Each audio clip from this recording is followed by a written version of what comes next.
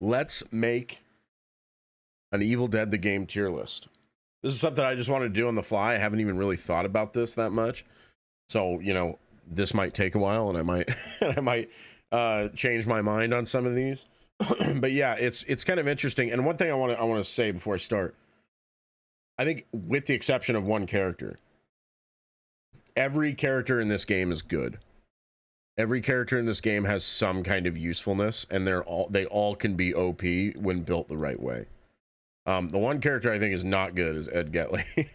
Ed Getley basically specializes in like trap disarmament, which is just, it's not that good. Like, I know that there might be people out there that are like, oh, well, actually it can be really useful if you do this. It doesn't matter, because it's never going to be as good as abilities that allow you to output damage or keep yourself alive. Like, having the ability to disarm traps and stuff is just not as good. Like, especially once you get more experience, you're gonna be able to see traps and you're not gonna need to disable them. You can just walk around them.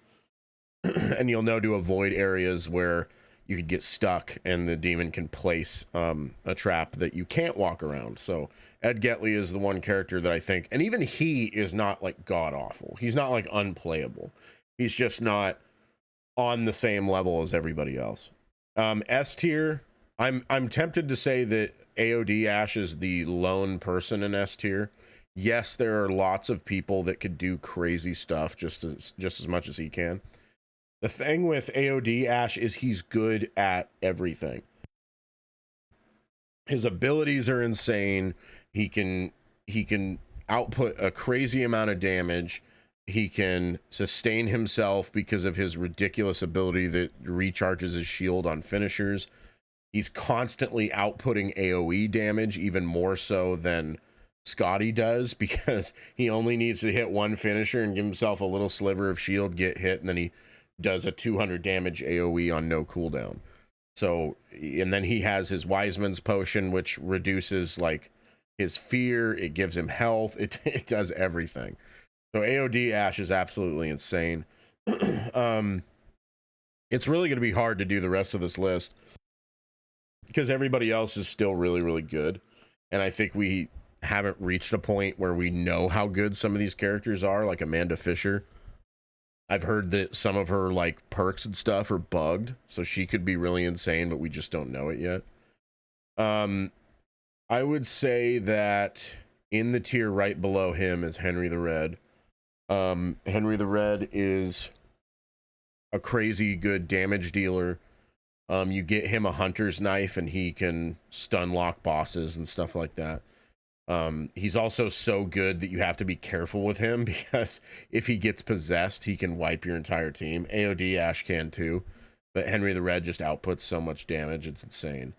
One of the other interesting things too is I think Kelly is in A tier. I haven't seen too much of her. I have a friend who plays her a little bit. She's crazy because of her bleed. Her bleed does crazy damage, and she's like a really good boss killer for that reason. She also having infinite dodge is crazy. She could just dodge like back forever and not get hit, and create enough distance between her and the boss, and she could just headshot them and like 2-tap the boss. So Kelly's really crazy. Evil Dead 2 Ash is definitely up there.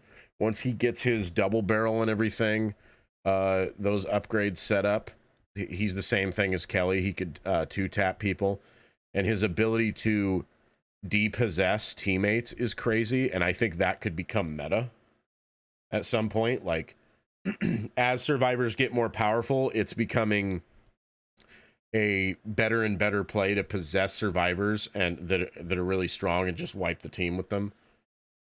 So Evil Dead 2 Ash could become meta because you're going to need to save that depossession ability for your teammates. He's also kind of a double-edged sword, because if we get to that point, then he's going to become the target to get possessed, because his range damage is so crazy that he could start, you know, like 2-tapping his own teammates. The next ones are kind of difficult.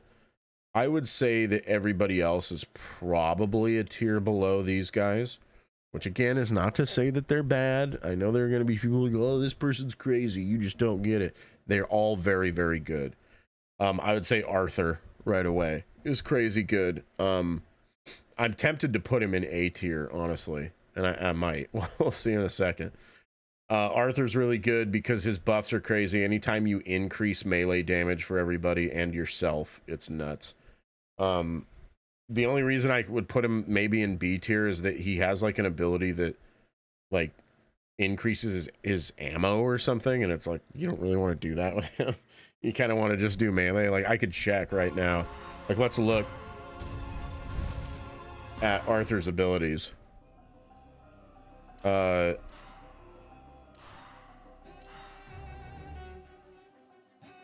addition to reducing fear levels, Lord Arthur has a sword. He inflicts extra damage. Increased damage, start with a sword. Increased damage with light melee. Perform a finisher.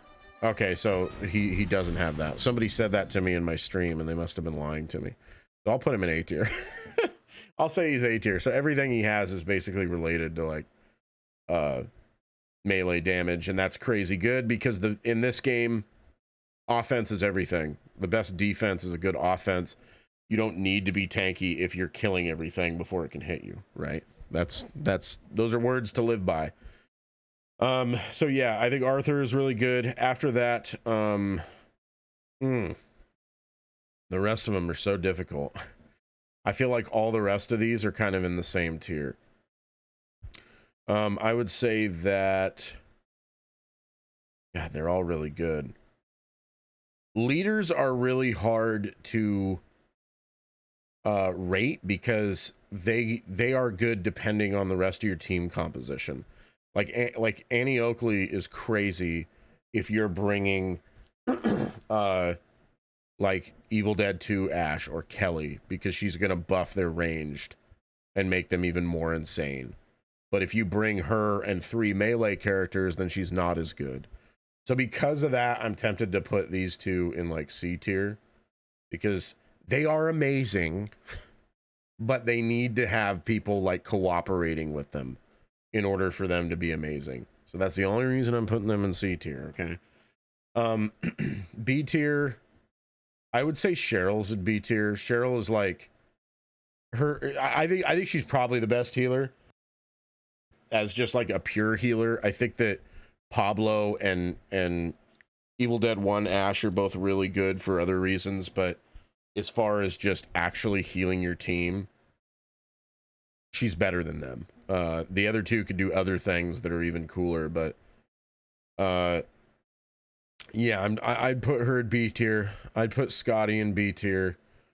Scotty has great AoE, but he's kind of just like a worse in every way version of Army of Darkness Ash. Like he has that AoE ability, but it's like Ash could do that and he doesn't have to have it on a cooldown. like he could do that like every 5 seconds. Just keep spamming finishers and he'll keep doing AoE damage. So he's kind of like a worse version of Ash. I would put Evil Dead 1 Ash in C tier, and the reason for that is that he's really good, but his abilities don't make any freaking sense. Like his last 2 abilities have to do with like ranged. So I guess like that's a good thing depending on your team composition, but it's weird because he's kind of split between wanting to spam heavy melee attacks so that he's constantly healing his teammates, because if you spam heavy melee, then each time it hits, it heals his team in an AoE. So it's like, I guess if you got really good with him, you could hit a headshot and it'll mark the target. That's one of his abilities, and then you can spam heavy melee. But it's like, if you do that, you're going to kill the target too fast, and then you're never going to be heavy meleeing people. So his abilities are just kind of weird. Amanda, I'm going to put in C tier too, just because her abilities apparently are bugged right now. Like her pistol ability like gives a 20% decrease instead of a 20% increase or something like that. Otherwise, I think she's gonna be insane. It's possible she's gonna be the best like ranged damage dealer out of all of them, even better than Kelly and Ash when she gets fixed. Evil Dead 2 Ash. So yeah, I would put her in C tier just because it seems like right now she's bugged. And then Pablo I'd put in B tier. Pablo, the ability to generate amulets every like 2 minutes is crazy because amulets are crazy. And he also is a solo queue god because he can't be tracked on the map because of his ability. I made a video earlier about that. And he also can't be tracked when he's in cars, is what I just found out today. So if you play in solo queue, you could literally jump into a car and go get the 3 map pieces done within like 2 minutes by yourself. So he is definitely a solo queue god. And his ability to generate amulets is crazy because you're going to run out of amulets before you run out of shemps, and he could just run up to his teammates and use an amulet and give everybody a little bit of shield. And shields are just crazy valuable in this game, so I would put him solidly B tier. So yeah, this is my tier list. If you disagree with me and you think that I'm an idiot, keep your comments to yourself. No, I'm kidding. Tell me what you think. Tell me where you think everybody should be rated, and if your main is in here, tell me what you think about their rating and if you think they should be higher. Now, I don't think anyone's going to tell me their main should be lower. I don't know. Maybe there'll be an AOD Ash out there that's like, oh yeah, AOD Ash is really good, but he's not as good as Henry the Red. So let me know what you think, if you agree with this tier list. But yeah, AOD Ash, great. Ed Getley, he sucks. No, he doesn't suck. Not great, though. Not as good as everybody else. He could be good, but he's not as good as everybody else. But yeah, let me know what you think in the comments.